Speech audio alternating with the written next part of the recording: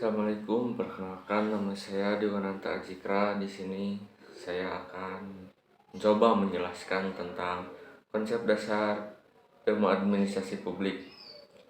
Nah, sebelum memasuki ilmu administrasi publik, sebelumnya kita akan mencoba mengetahui tentang definisi lokus dan fokus administrasi. Lokus administrasi publik merupakan bagaimana pengelolaan pemerintah terhadap ketepatan dan kecermatan yang mengutamakan kepentingan masyarakat atau publik dan sesegera memutuskan kebijakan publik jika terjadi masalah dalam masyarakat.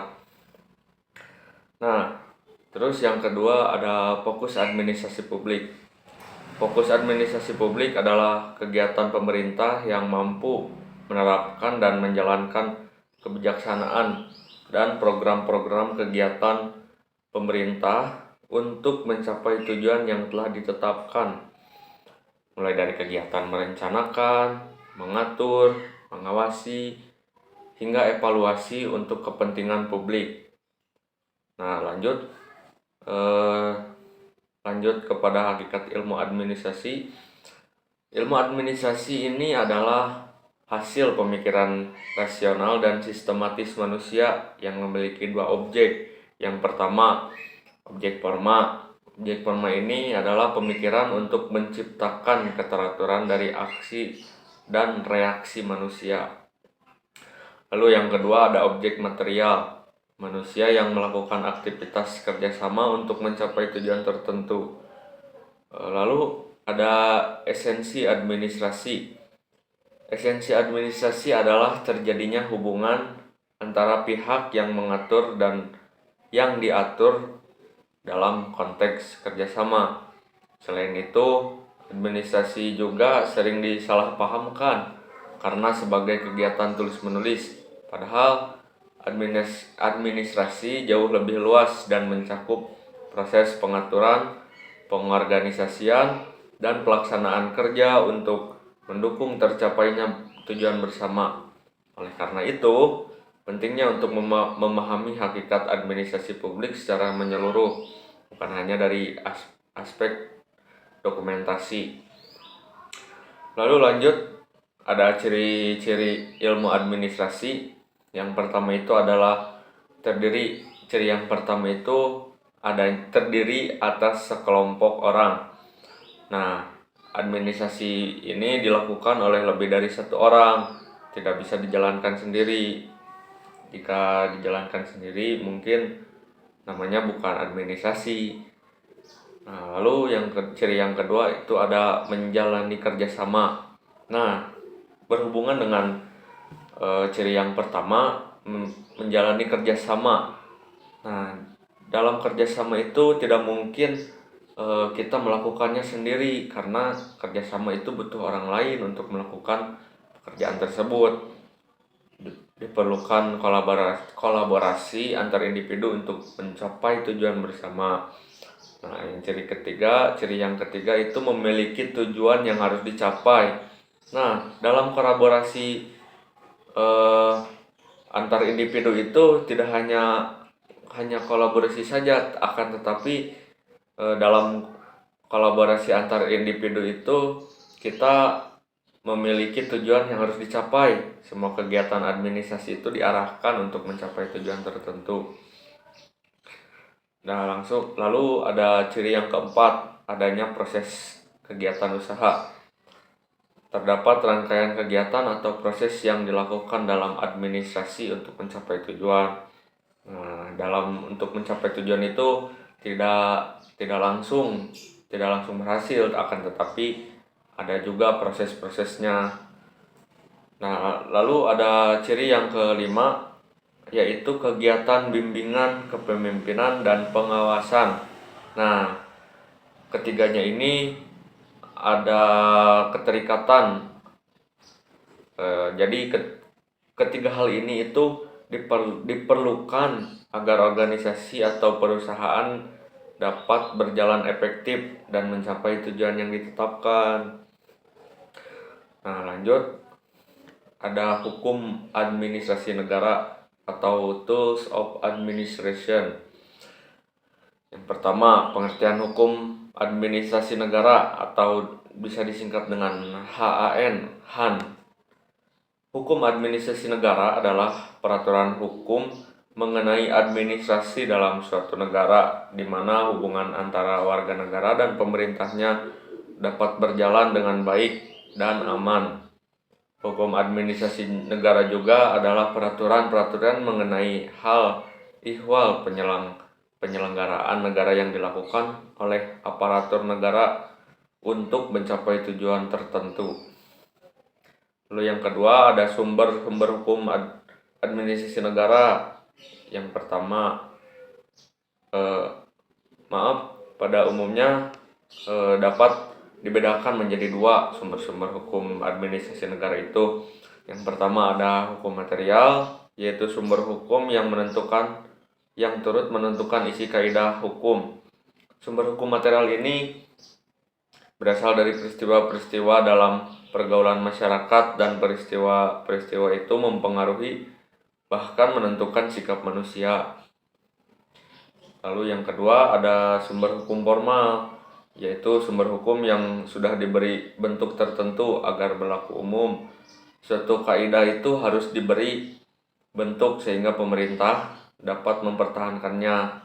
Sumber hukum formal ini adalah sumber hukum material yang dibentuk melalui proses-proses tertentu, sehingga sumber hukum tadi menjadi berlaku bagi umum dan dapat ditaati berlakunya oleh umum. Nah, sumber hukum formal administrasi negara ini adalah sebagai berikut. Ada undang-undang, kebiasaan, praktek, administrasi, jurisprudensi. Jurisprudensi itu adalah suatu keputusan hakim atau keputusan badan pengendalian yang sudah mempunyai kekuatan hukum yang tetap.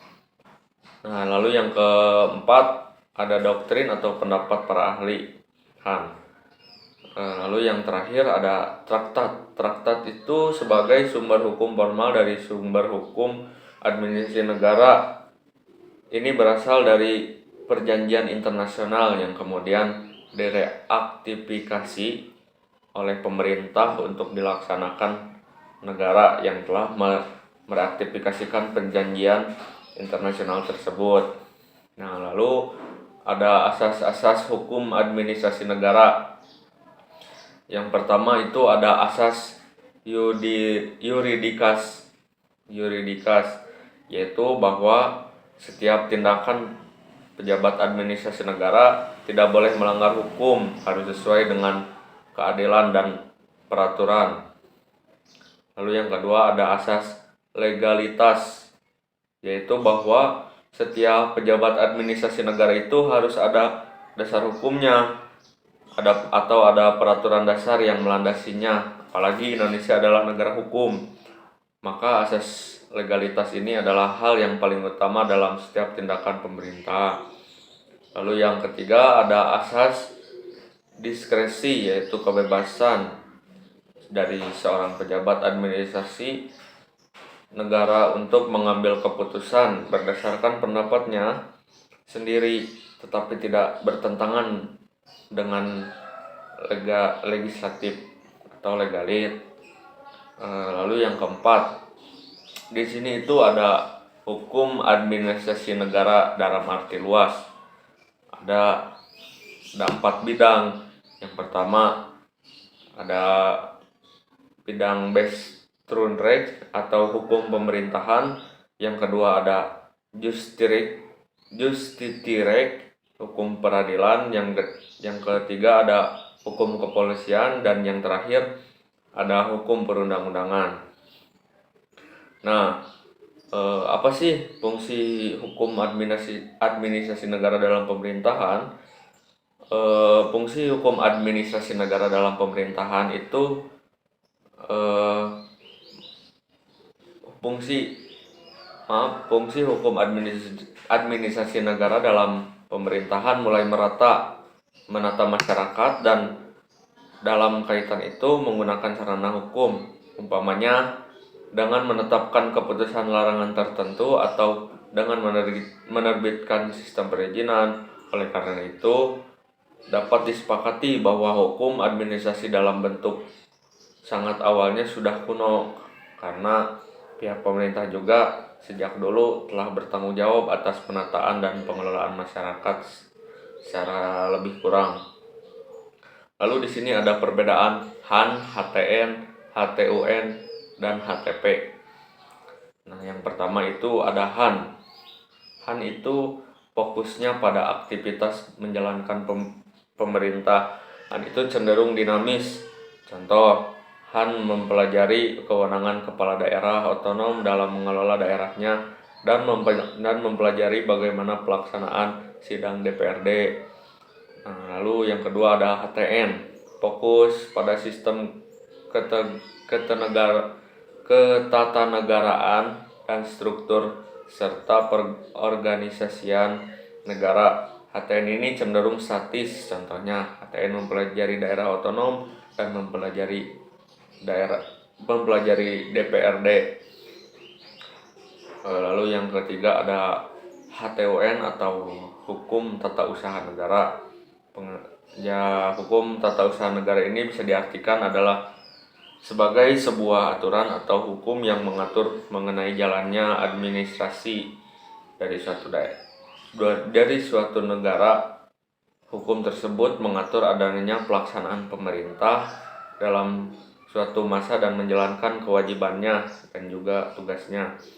Dan yang terakhir ada hukum tata pemerintahan. Hukum tata pemerintahan ini adalah cabang dari hukum publik yang mengatur struktur, tugas, wewenang, dan hubungan antara lembaga-lembaga serta hubungan antara pemerintah dan warga negara dalam pelaksanaan pemerintahan. Mungkin cukup yang dapat saya sampaikan. Mohon maaf bila kurang dipahami atau kurang dimengerti. Mungkin sekian. Assalamualaikum warahmatullahi wabarakatuh.